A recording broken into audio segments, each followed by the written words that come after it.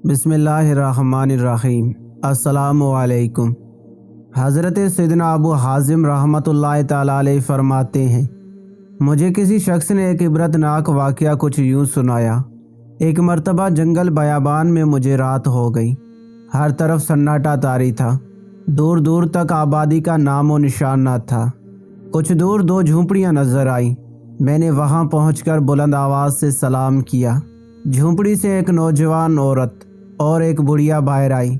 मैंने कहा, मैं मुसाफिर हूँ, क्या रात के खाने को कुछ मिल सकता है? नौजवान औरत ने कहा, अल्लाह अज़्ज़ व जल की कसम, इस वीरान जंगल में हमारे पास ऐसी कोई चीज़ नहीं जिसे ज़ियाफ़त की जा सके, और ना ही हमारे पास कोई हलाल जानवर है जिसे ज़बह करके तुम्हारी मेहमानी की जा सके। मैंने कहा, फिर तुम दोनों इस वीरान जंगल में किस तरह गुज़र बसर करती हो?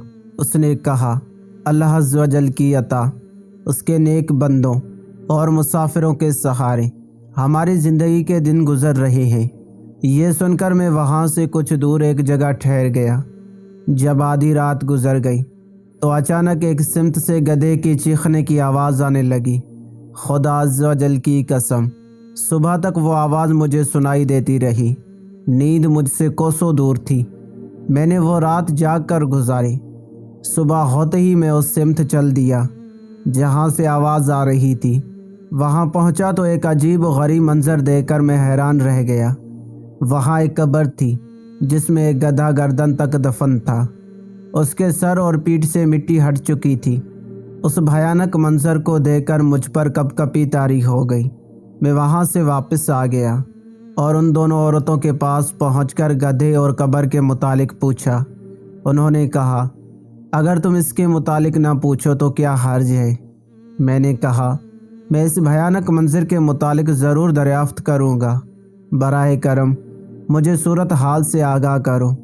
औरत ने कहा, अच्छा, अगर तुम सुनना ही चाहते हो तो सुनो। खुदा अज़्ज़ व जल की कसम, वो गधा जो तुमने कब्र में दफन देखा वो मेरा शोहर और इस बुढ़िया का बेटा था।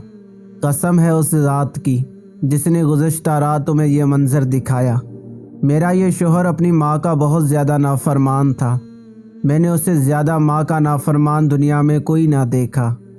जब भी उसकी माँ उसे किसी बुरी बात से मना करती तो वो उसे इस तरह बदकलामी करता और कहता, दफ़ा हो जा, क्या गधी की तरह चीखो पुकार कर रही है? जा, मुझे तेरी बात नहीं सुननी।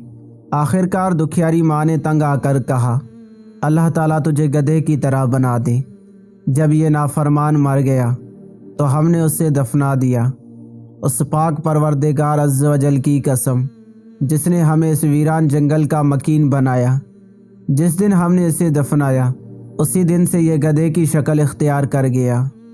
माँ का नाफरमान और अपनी माँ को गधी कहने वाला अब रोज़ाना अपनी कब्र में गधे की तरह चीखता है और हर रात इसकी कब्र से ये आवाज़ सुनाई देती है। अल्लाह अज़्ज़ व जल हम सबको वालिदैन की नाफरमानी से महफूज रखे।